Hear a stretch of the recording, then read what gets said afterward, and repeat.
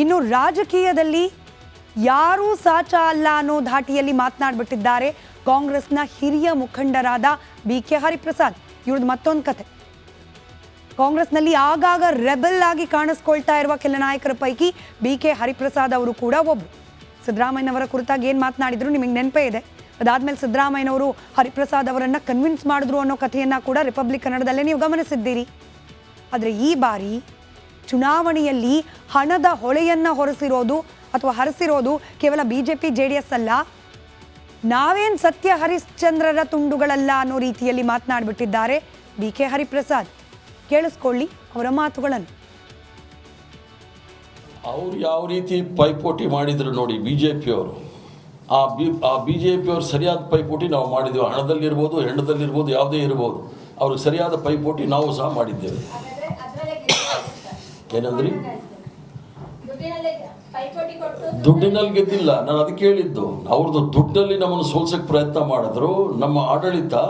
ಜೊತೆಗೆ ಅವ್ರು ಹಣ ಖರ್ಚು ಮಾಡಿದ್ರೆ ನಾವೇನು ಸತ್ಯ ಹರಿಶ್ಚಂದ್ರ ಸನ್ಯಾಸಿಗಳು ಅಥವಾ ಕಾವಿ ಬಟ್ಟೆ ಹಾಕೊಂಡು ನಾವು ನಾಟಕ ಬೂಟಾಟಿಕೆ ಮಾಡೋ ಜನ ಅಲ್ಲ.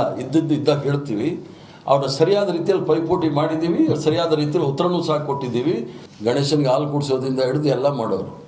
ಅದೇ ರೀತಿ ಜ್ಞಾನ ತಪ್ಪೋ ಅರಳು ಮರಳುನೋ ನಾವು ಕುಟುಂಬ ರಾಜಕಾರಣ ಅಂತಂದರು.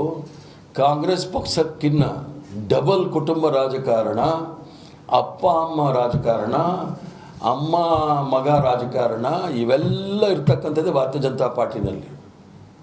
ಜ್ಯೋತಿರಾಜ್ ಸಿಂಧ್ಯಂದೇ ತಗೊಳ್ಳಿ, ಅವರ ಅತ್ತೆ ರಾಜಸ್ಥಾನಲ್ಲಿ ಚೀಫ್ ಮಿನಿಸ್ಟ್ರು, ಇನ್ನೊಂದು ಅತ್ತೆ ಮಧ್ಯಪ್ರದೇಶದಲ್ಲಿ ಲೋಕಸಭಾ ಸದಸ್ಯರು, ಅವ್ರ ಮಗ ಈಗ ಇನ್ನೊಬ್ಬ ಇದ್ದಾನೆ.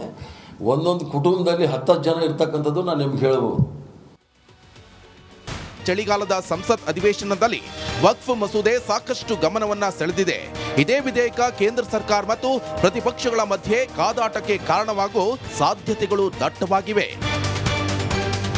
Bureau report, Republic Kannada. ಮುಂದಿನ ತಿಂಗಳು ಆಗತ್ತೆ ಅಂತ ಕೆಲ ನಾಯಕರು ಮಾತಾಡ್ಕೊಳ್ತಿದ್ದಾರೆ. ಸುರೇಶ್, ರಿಪಬ್ಲಿಕ್ ಕನ್ನಡ, ಬೆಂಗಳೂರು.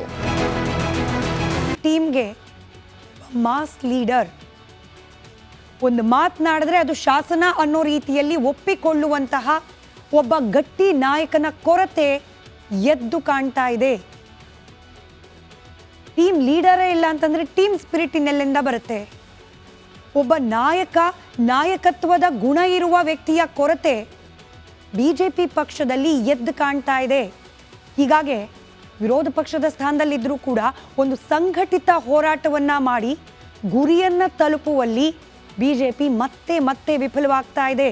ಕೇವಲ ಬೈ ಎಲೆಕ್ಷನ್ ಮಾತ್ರ ಅಲ್ಲ, ವಫ್ ವಿಚಾರಕ್ಕೆ ಸಂಬಂಧಪಟ್ಟಂತೆ ಆದ ಹೋರಾಟ, ಯತ್ನಾಳ್ ಅವ್ರದ್ದೊಂದು ಟೀಮು, ವಿಜಯೇಂದ್ರ ಅವ್ರದ್ದೊಂದು ಟೀಮು, ಮೂಡಾ ವಿಚಾರಕ್ಕೆ ಸಂಬಂಧಪಟ್ಟಂತೆ ಆದ ಹೋರಾಟ. ಎಲ್ಲರೂ ಒಗ್ಗಟ್ಟಿನಿಂದ ಹೋದ್ರ ಪಾದಯಾತ್ರೆಯಲ್ಲಿ? ಖಂಡಿತವಾಗಿಯೂ ಇಲ್ಲ.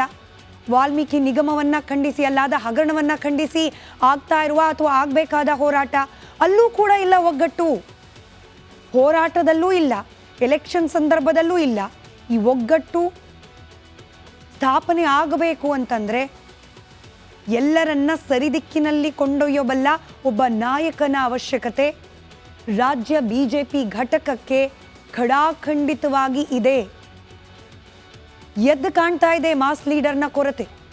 ಪ್ರತಿ ಬಾರಿ ಸಂಘರ್ಷ ನಡೆದಾಗ್ಲೂ ಕೂಡ ಈ ಮಕ್ಕಳು ಕ್ಲಾಸ್ ಟೀಚರ್ ಬಳಿಯಲ್ಲೋ ಅಥವಾ ಹೆಡ್ ಮಾಸ್ಟರ್ ಬಳಿಯಲ್ಲೋ ಹೋಗಿ ಕಂಪ್ಲೇಂಟ್ ಕೊಡೋ ರೀತಿಯಲ್ಲಿ, ಸ್ಕೂಲ್ ಮಕ್ಕಳು ಆ ರೀತಿಯಲ್ಲಿ ಪ್ರತಿ ಬಾರಿ ಭಿನ್ನಾಭಿಪ್ರಾಯಗಳು ಎದ್ದಾಗಲೂ ಕೂಡ ಹೈಕಮಾಂಡ್ ಕಡೆಗೆ ಹೋಗ್ತಿದ್ದಾರೆ.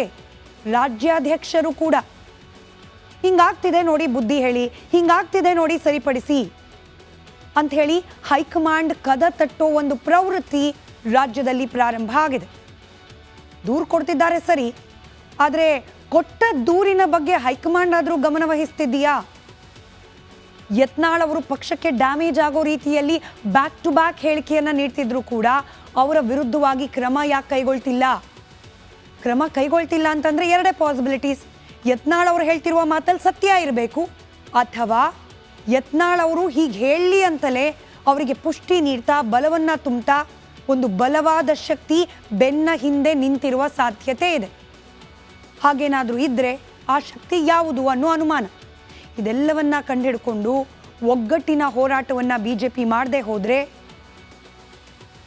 ಅಧಿಕೃತ ವಿರೋಧ ಪಕ್ಷದ ಸ್ಥಾನದಲ್ಲಾದರೂ ಮುಂದುವರಿಯುವ ಪರಿಸ್ಥಿತಿಯನ್ನು ಉಳಿಸ್ಕೊಳ್ಳುತ್ತಾ BJP ಅನ್ನೋ ಪ್ರಶ್ನೆ ಹುಟ್ಕೊಳ್ಳುತ್ತೆ.